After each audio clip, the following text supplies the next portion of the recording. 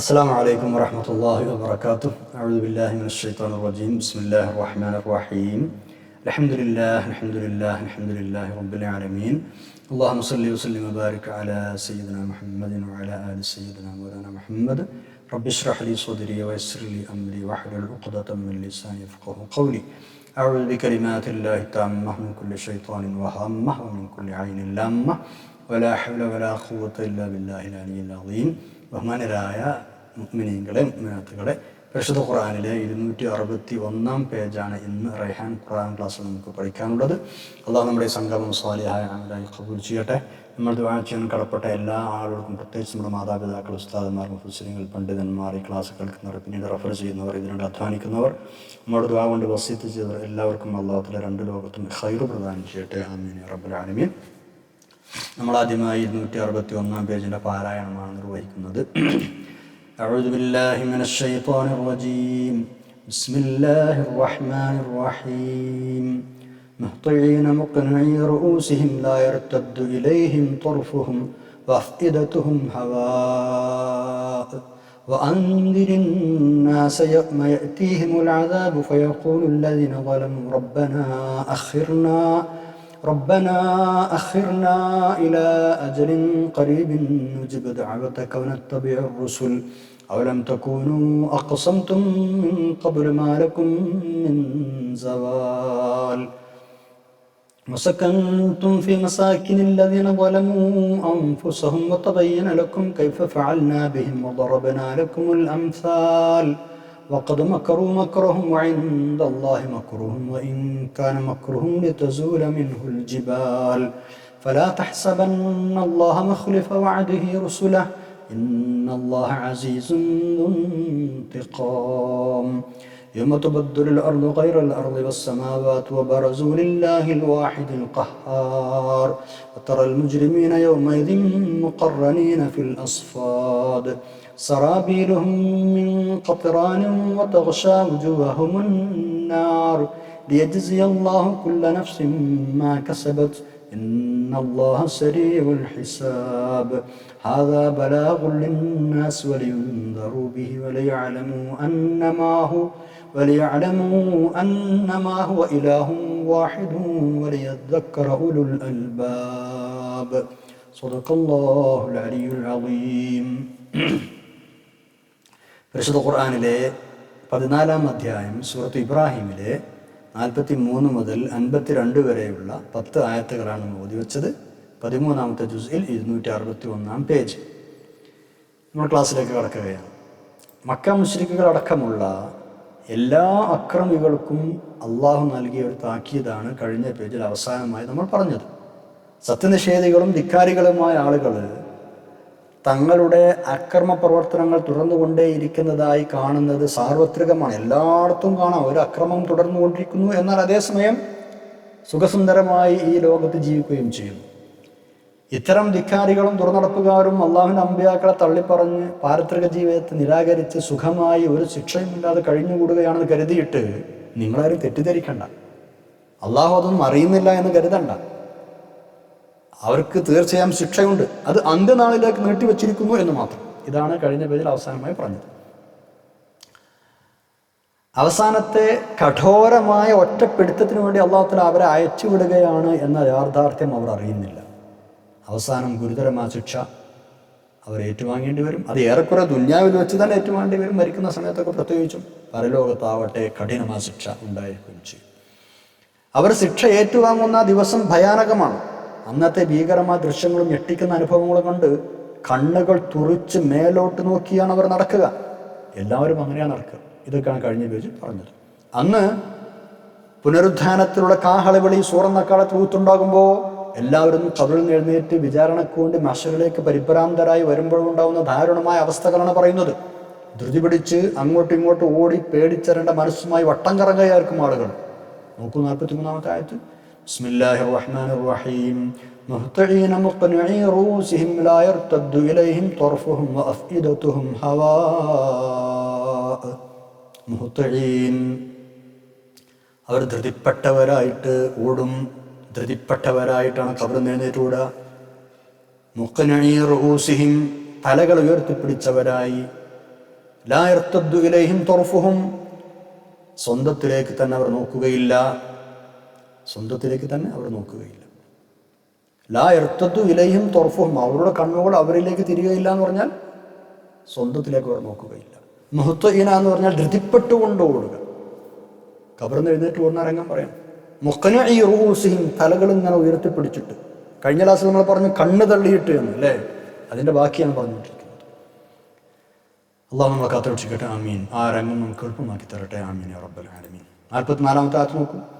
അന്ത്യനാളിനെ പറ്റി താക്കീത് ചെയ്യാതെ ഒരൊറ്റ നബിയും വന്നു പോയിട്ടില്ല ഇവിടെ.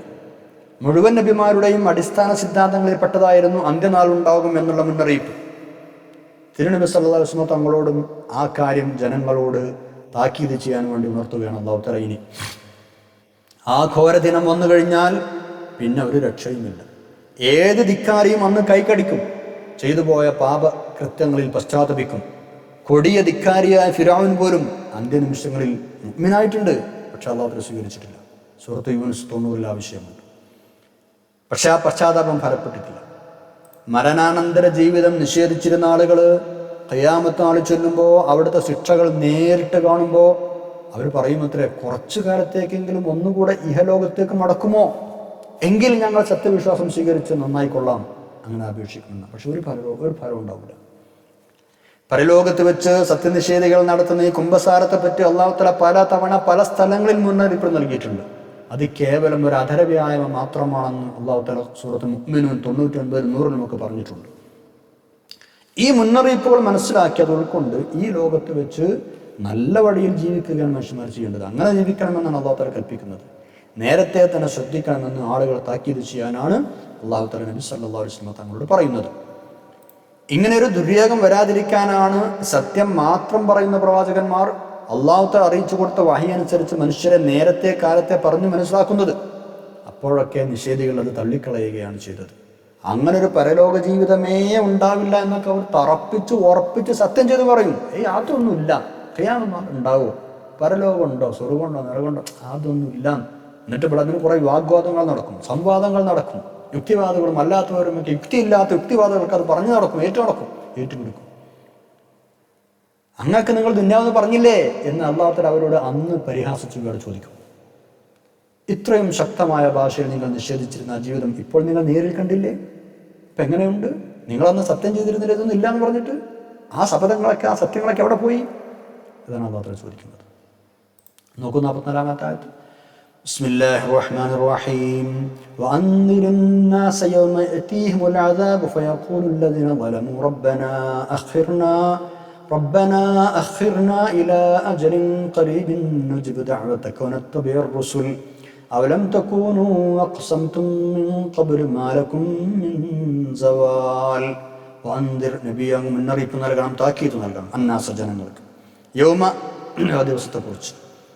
യഅതീഹിമുൽ അദാബ് അവർക്ക് ശിക്ഷ വന്നെത്തുന്ന നാളിനെ പറ്റി നിങ്ങൾ അവർക്ക് താക്കീത് നൽകണം. ഇപ്പോൾ ദുനിയാവിൽ ശിക്ഷയൊന്നുമില്ലാതെ ഇങ്ങനെ നടക്കുന്നത് അത് അവരെ പിന്തിപ്പിച്ചെടുക്കാന്ന് മനസ്സിലാക്കണം. ആ ശിക്ഷ വരുന്ന ദിവസം അതിനെക്കുറിച്ച് അങ്ങ് അവർക്ക് മുന്നറിയിപ്പ് നൽകണം. ഫയഖൂലുല്ലദീന ആ ദിവസം അല്ലദീന ളലമു അതിക്രമം കാണിച്ച ആളുകൾ, ഇവിടെ ധിക്കാരികളെ ജീവിച്ച ആളുകൾ അന്ന് പറയും, റബ്ബന ഞങ്ങളുടെ രക്ഷിതാവ്, അഖിർന നീ ഞങ്ങളൊന്ന് പിന്തിപ്പിച്ചു തരണമേ, ഇലാ അജ്ലിൻ ഖരീബ് അടുത്തു തന്നെയുള്ള ഒരു അവധി വരെ, ഇലാ അജ്ലിൻ ഖരീബ് അടുത്തു തന്നെയുള്ള ഒരു അവധി വരെ ഞങ്ങളൊന്ന് പിന്തിച്ചു തരുമോ, എന്നാണ് ഒന്നും കൂടി ഞങ്ങൾ ദുനിയാവിലേക്ക് മടക്കി തരുമോ, അല്ലെങ്കിൽ മരിക്കണ സമയം കുറച്ചുകൂടി ഞങ്ങൾ സമയം തരുമോ?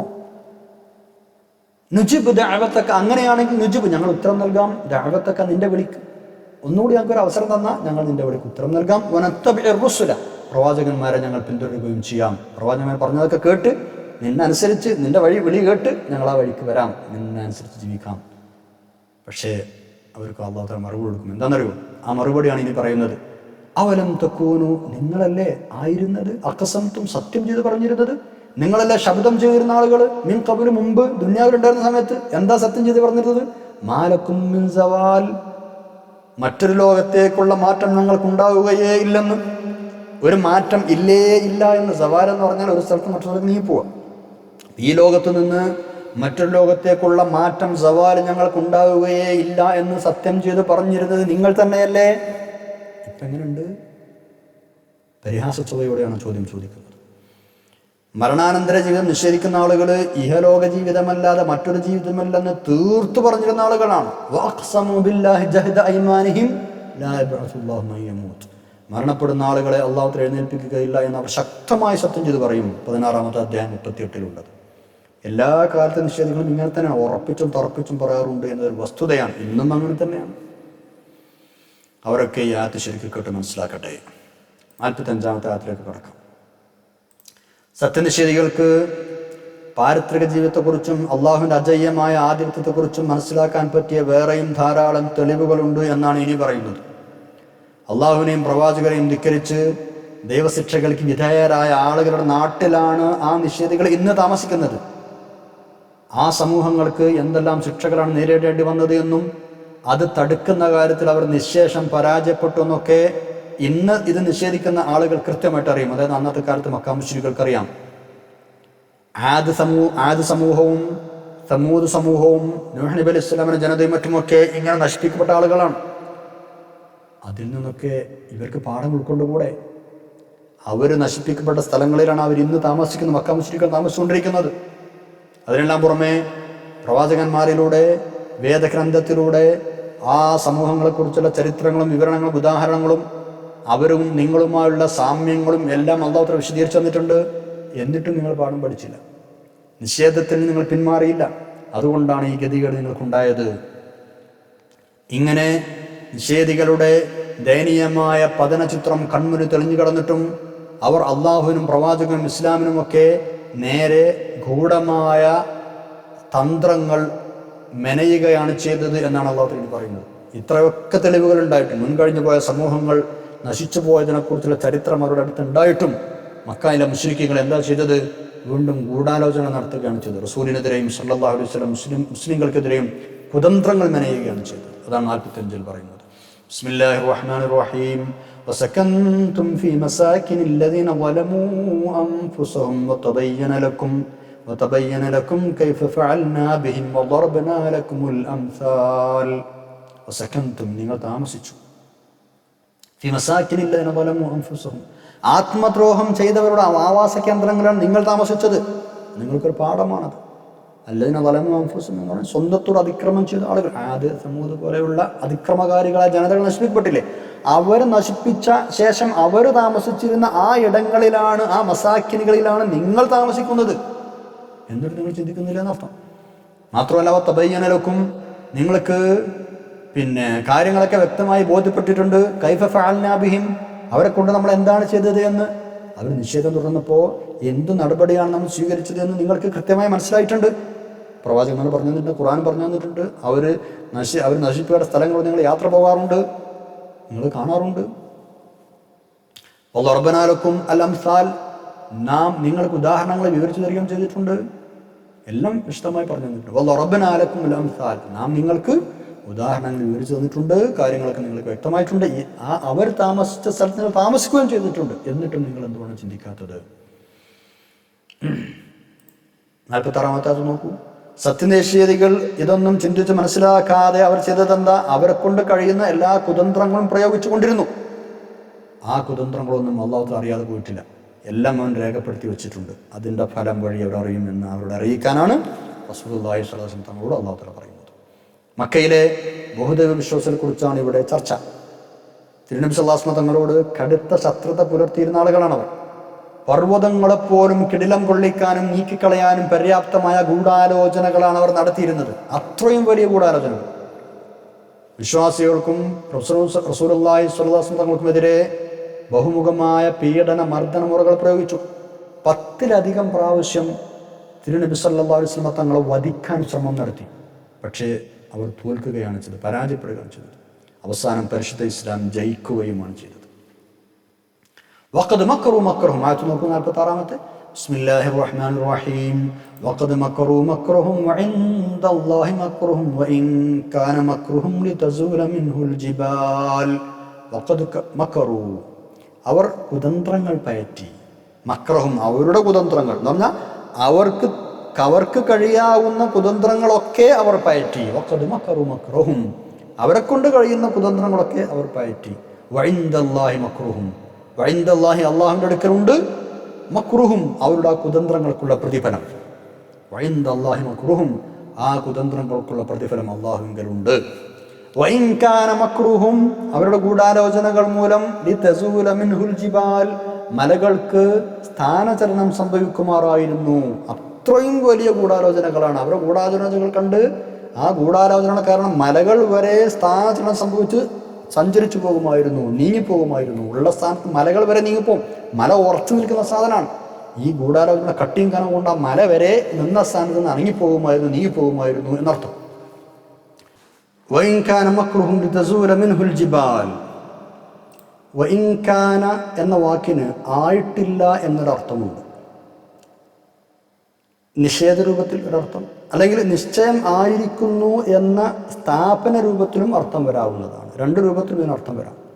രണ്ട് രൂപത്തിലും മുഫസ്സിറുകൾ അർത്ഥം പറഞ്ഞിട്ടുണ്ട്. ഒന്നാമത്തെ അർത്ഥപ്രകാരം, അതായത് ആ വാക്കിന് ആയിട്ടില്ല എന്നർത്ഥം വെക്കുകയാണെങ്കിൽ അവരുടെ തന്ത്രങ്ങൾ കാരണം പർവ്വതങ്ങൾ നീങ്ങിപ്പോകാനൊന്നും ആയിട്ടില്ല എന്ന് പറഞ്ഞാൽ അത് അത്ര വലുതൊന്നും ആയിരുന്നില്ല എന്ന പരിഹാസ രൂപത്തിലാണ് അവിടെ പറയുന്നത്. അവർ വലിയ തന്ത്രങ്ങളെ പറഞ്ഞത്, പക്ഷെ മലകളും നീങ്ങിപ്പോകാൻ മാത്രമായിട്ടില്ല കേട്ടോ. കളിയാക്കാൻ പരിഹസിക്കുകയാണ്. അതും അതിൻ്റെ വലിപ്പം സൂചിപ്പിക്കാൻ തന്നെയാണ്. ഭൂമിയിലൂടെ അഹങ്കരിച്ച് നടക്കുന്ന ആളുകളോട് ഇന്നക്കലൻ തഖ്രിഖൽ അർള വലൻ തബ്ലുഗൽ ജിബാല തൂല എന്ന് 17-ാം അധ്യായത്തിൽ 37 അല്ലാഹു തആല പറയുന്നുണ്ട്. അഹങ്കരിച്ച് നടക്കുന്ന ആളുകളോട് പറയാണ്, നീ ഭൂമിയെ നീ കീറിപ്പൊളിക്കുകയില്ല, നീളത്തിൽ പർവ്വതങ്ങളോളം നീ എത്തുകയുമില്ല എന്നത് പറഞ്ഞതുപോലെ ഒരു പ്രയോഗമാണ് ഈ അർത്ഥപ്രകാരം വരെ പരിഹസിച്ചുകൊണ്ട് പറഞ്ഞാണെന്ന് അർത്ഥം. രണ്ടാമത്തെ അർത്ഥപ്രകാരം, അവരുടെ കുതന്ത്രം മൂലം പർവ്വതങ്ങൾ വരെ നീങ്ങിപ്പോകാറായിരിക്കുന്നു എന്ന് പറഞ്ഞാൽ അത്രയും വലുതായിരുന്നു എന്ന് പരിഹസിച്ചുകൊണ്ട് പറയുകയാണ്. അപ്പോൾ രണ്ട് രൂപത്തിലും അർത്ഥമുണ്ട് എന്നർത്ഥം. നിഷേധ രൂപത്തിലുമുണ്ട്, സ്ഥാപന രൂപത്തിലും ഉണ്ട് എന്നർത്ഥം.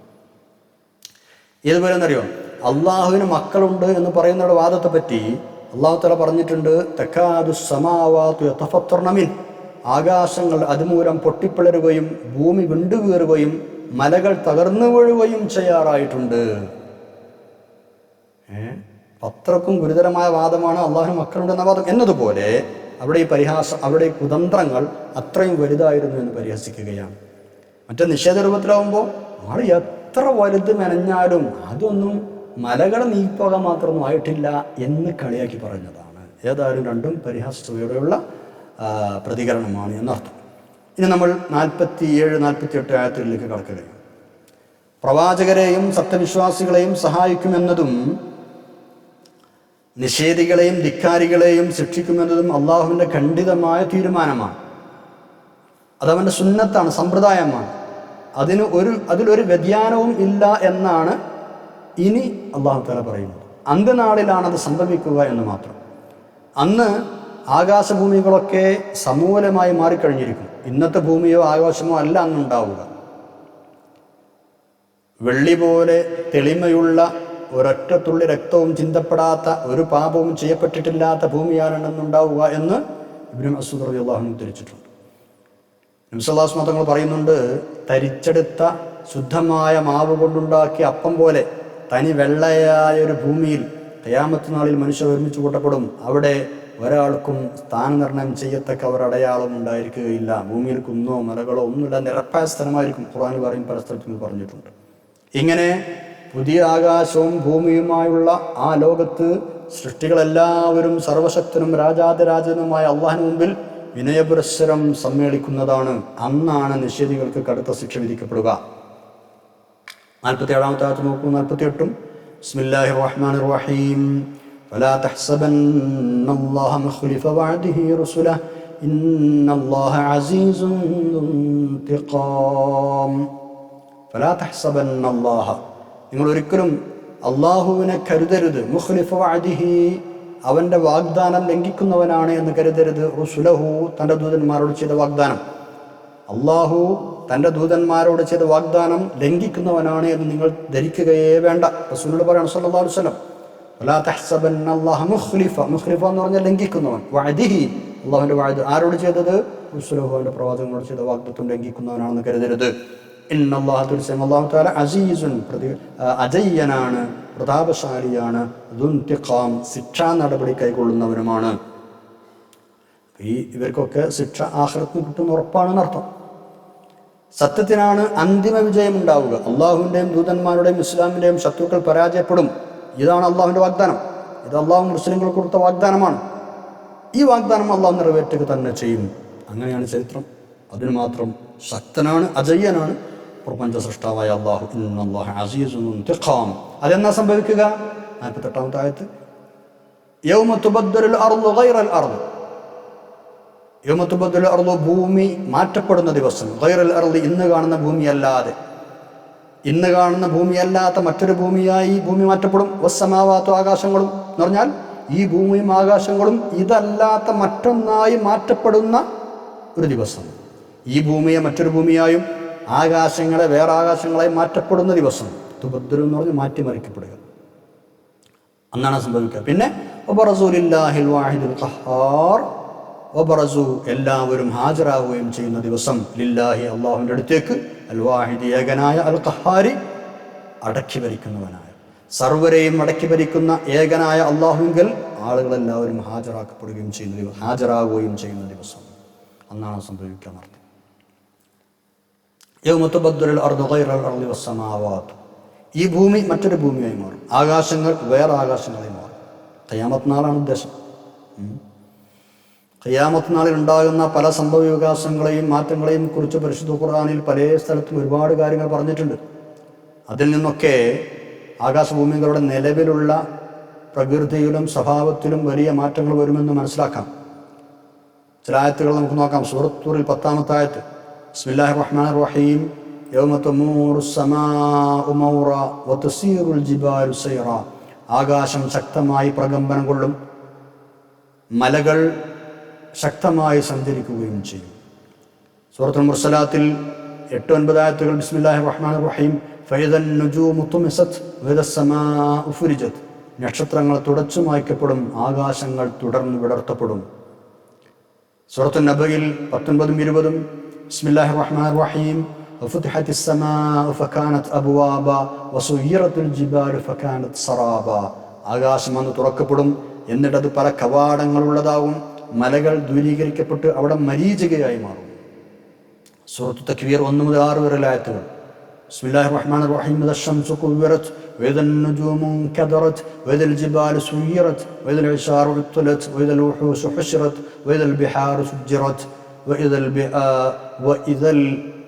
ഇങ്ങനെ തുടങ്ങിയ 1-6 വരെയുള്ള ആയത്തുകൾ. സൂര്യൻ ചുരുട്ടപ്പെടും, നക്ഷത്രങ്ങൾ ഉതിർന്നു വീഴും, മലകൾ നീക്കം ചെയ്യപ്പെടും, ഗർഭം തികഞ്ഞ ഒട്ടകങ്ങൾ അവഗണിക്കപ്പെടും, വന്യമൃഗങ്ങൾ ഒരുമിച്ച് കൂട്ടപ്പെടും, സമുദ്രങ്ങൾ തിളച്ചു മറിക്കപ്പെടും. സൂറത്ത് തക്വീറിൻ്റെ 1-6 വരെയുള്ള ആയത്തുകളാണത്. സൂറത്തുൽ ഇൻഫിത്താറിൽ 1-4 വരെ, ബിസ്മില്ലാഹിർ റഹ്മാനിർ റഹീം, ഇദസ് സമാഉ ഫതറത് വഇദൽ കവാകിബു ഇൻതസറത് വഇദൽ ബിഹാറു ഫുജ്ജിറത് വഇദൽ ഖുബൂറു ബുഅ്സിറത്, ആകാശം അന്ന് പൊട്ടിപ്പിളരും, വഇദൽ കവാകിബു ഇൻതസറത്, നക്ഷത്രങ്ങൾ ഉതിർന്നു വീഴും, വഇദൽ ബിഹാറു ഫുജ്ജിറത്, സമുദ്രങ്ങൾ പിളർത്തി ഒഴുക്കപ്പെടും, വഇദൽ ഖുബൂറു ബുഅ്സിറത്, ഖബറുകൾ ഇളക്കി മറിക്കപ്പെടും. സൂറത്തു താഹയിൽ 107, ബിസ്മില്ലാഹിർ റഹ്മാനിർ റഹീം, വയസ്അലൂനക അനിൽ ജിബാൽ ഫഖുൽ യൻസിഫുഹാ റബ്ബി നസ്ഫാ ഫയദറുഹാ ഖാഅൻ സഫ്സഫാ ലാ തറാ ഫിഹാ ഇവജൻ വലാ അംതാ, മലകളൊന്ന് പൊടിച്ചു പറ്റിക്കളയും, എന്നിട്ട് സമനിരപ്പാക്കും, ഉയർച്ചയോ താഴ്ചയോ അങ്ങേക്കൊന്ന് കാണാൻ കഴിയില്ല. ഇങ്ങനെ ഒരുപാടായത്ത്. ഇതൊക്കെ ആ ദിവസത്തിൻ്റെ ഭയാനകത വെളിച്ചത്ത് കൊണ്ടുവരുന്ന ആയത്തുകളാണ്. ചുരുക്കി പറഞ്ഞാൽ നമുക്കൊന്നും ഊഹിക്കാൻ കഴിയാത്ത നിരവധി സംഭവങ്ങൾ അന്ന് ലോകത്തുണ്ടാകും. ശുദ്ധശൂന്യതയിൽ നിന്ന് ഈ മഹാപ്രപഞ്ചത്തെ സൃഷ്ടിച്ച് പരിപാലിക്കുന്ന അള്ളാഹുവിന് അതൊന്നും ഒരു പ്രയാസമേ അല്ല. ലോകാവസാനം വരെ മരണമടഞ്ഞു പോയ സർവ്വ ആളുകളും ഖബറുകളിൽ നിന്ന് എഴുന്നേറ്റ് വരും. ഓരോരുത്തരും എങ്ങനെ എവിടെ മറവ് ചെയ്യപ്പെട്ടോ അവിടങ്ങളിൽ നിന്ന് എഴുന്നേറ്റ് അള്ളാഹുവിൻ്റെ അടുത്തേക്ക് വിചാരണ സ്ഥലത്തേക്ക് ഹാജരാകും. അന്നത്തെ സർവാധികാരം അള്ളാഹുവിന് മാത്രമായിരിക്കും. അൽ ഖഹാർ ലിമനിൽ മുൽക്കുൽ യൗം, ആർക്കാണ് ഇന്നത്തെ അധികാരം എന്നൊരു വിളംബരം ഉണ്ടാകും, എന്നൊരു ചോദ്യമുണ്ടാകും. മറുപടിയും അള്ളാഹു പറയും, ഇല്ലാഹിൽ വാഹിദുൽ ഖഹാർ, സർവാധികാരിയായ ഏകാനായ അള്ളാഹുവിന് മാത്രമാണ്. ആ ഒരു സമയത്ത് കുറ്റവാളികളായ നിഷേധികളായ കാഫിരീങ്ങളായ ആളുടെ അവസ്ഥ എന്തായിരിക്കുമെന്നാണ് ഇനി അടുത്ത ആയത്തുകളിൽ പറയുന്നത്. 49-ാമത്തെ ആയത്ത് നോക്കൂ. സത്യനിഷേധികളും കുറ്റവാളികളും ഭൗതിക ലോകത്ത് വെച്ച് എന്തൊക്കെ വീരവാദങ്ങൾ മുഴക്കിയിരുന്ന ആളുകളായിരുന്നാലും പരലോകത്ത് വളരെ നിന്ദ്യരായിട്ടാണ് അവർ ഹാജരാക്കപ്പെടുന്നത്. ചങ്ങലയിൽ ബന്ധിക്കപ്പെട്ടിട്ടാണ് ഹാജരാക്കുക. അള്ളാഹുവിന് അവരെ ചങ്ങലയിൽ ബന്ധിക്കാതെ ഹാജരാക്കാനാകാത്തത് കൊണ്ടല്ല ചങ്ങലയിൽ കിട്ടുന്നത്. അള്ളാഹു തആലക്ക് എങ്ങനെ അവരെ ഹാജരാക്കാൻ കഴിയും. പക്ഷേ ജനകോടികളുടെ മുമ്പിൽ അവരെ നിസ്സാരമാക്കി കാണിക്കാനാണ് ചങ്ങലയിൽ ബന്ധിച്ചു കൊണ്ടുവരുന്നത്. ബിസ്മില്ലാഹിർ റഹ്മാനിർ റഹീം. വതറൽ മുജ്രിമീന യൗമഇദിൻ മുഖറനീന ഫിൽ അസ്ഫാദ്. വതറ നബി അങ്ങേക്ക് കാണാം അൽ മുജ്രിമീന കുറ്റവാളികളായ ആളുകളെ യൗമഇദിൻ അന്നേ ദിവസം മുഖറനീന ബന്ധിതരായി ഫിൽ അസ്ഫാദ് ചങ്ങലകളിൽ. അസ്ഫാദ് എന്ന് പറഞ്ഞാൽ ചങ്ങലകൾ. സത്യനിഷേധവും ബഹുദൈവ വിശ്വാസവുമൊക്കെ അതീവ ഗുരുതരമായ പാപം ചെയ്ത ആളുകൾ, അതാണ് ഇവിടെ ഉദ്ദേശം. മുജ്രിമീങ്ങൾ എന്ന് പറഞ്ഞാൽ, മുജ്രിമീങ്ങൾ എന്ന് പറഞ്ഞാൽ സത്യനിഷേധം കൊണ്ടുവരുന്ന ആളുകൾ, ബഹുദൈവ വിശ്വാസം എന്ന തെറ്റ് കൊണ്ടു നടന്ന ആളുകൾ എന്നർത്ഥം. അവരാണ് കുറ്റവാളികൾ കൊണ്ട് ഉദ്ദേശം. ഇവിടെ ചങ്ങലയിൽ ബന്ധിക്കുക എന്ന് പറയുമ്പോൾ ചങ്ങലകളിൽ പലരെയും ബന്ധിച്ചിരിക്കുമെന്നാണ് ഒരു തഫ്സീർ. അതായത് ചങ്ങലകളിൽ അത്തരക്കാർ പരസ്പരം ബന്ധിതരായിരിക്കും. ഒരാളുടെ തന്നെ അവയവങ്ങൾ അങ്ങോട്ടും ഇങ്ങോട്ടും കൂട്ടിക്കെട്ടിയിരിക്കും എന്നാണ് വേറൊരു തഫ്സീർ. ഒരു വ്യക്തിയുടെ തന്നെ കൈകാലുകളും കഴുത്തുമൊക്കെ കൂട്ടിക്കെട്ടിയിരിക്കും എന്നർത്ഥം. അവരുടെ കൈകളും കാലുകളും കൂട്ടിക്കെട്ടി പെരടിയിലേക്ക് ചങ്ങലയിട്ട് ബന്ധിച്ചിരിക്കും എന്നാണ് ഇമാം തബരി റഹ്മത്തുള്ളാഹി അലൈഹി ഇവിടെ തഫ്സീർ പറയുന്നത്. 50-ാമത്തെ ആയത്തിലേക്ക് നോക്കാം. ചങ്ങലയിൽ അവരെ ബന്ധിച്ചിരിക്കുമെന്ന് മാത്രമല്ല, ഈ കുറ്റവാളികളായ ആളുകളെ, സത്യനിഷേധം കൊണ്ടുവരുന്ന ആളുകളെ തീനാളങ്ങൾ ആവരണം ചെയ്യുകയും ചെയ്യും.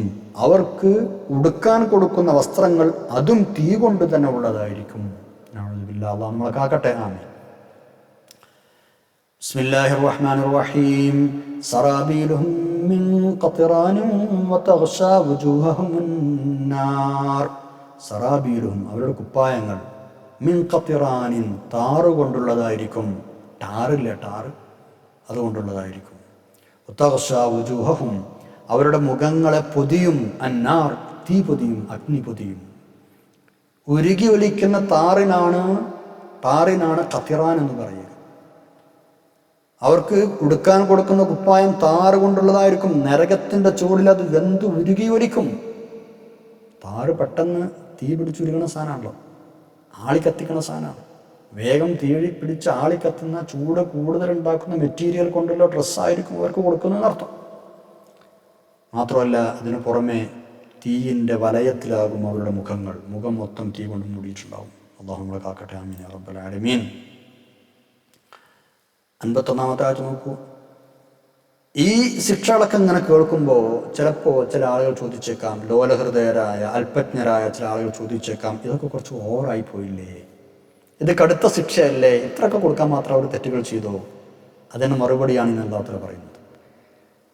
വിശ്വാസത്തെക്കുറിച്ചും അവിശ്വാസത്തെക്കുറിച്ചും കൃത്യമായ ബോധനം നൽകിയതിന് ശേഷം, അവർക്ക് കൃത്യമായി ഇത് രണ്ടിനെക്കുറിച്ചുള്ള വ്യത്യാസങ്ങളും ഗുണങ്ങളും നേട്ടങ്ങളും കോട്ടങ്ങളും പഠിപ്പിച്ചു കൊടുത്ത ശേഷം, മേൽക്കുമേൽ ഉത്ബോധനം ചെയ്യപ്പെട്ട ശേഷം അതിനെ നിസ്സാരമായി തള്ളിക്കളഞ്ഞത് കൊണ്ടാണ് ഇത്രയും ഗുരുതരമായ ശിക്ഷ അവർക്കുണ്ടായത്.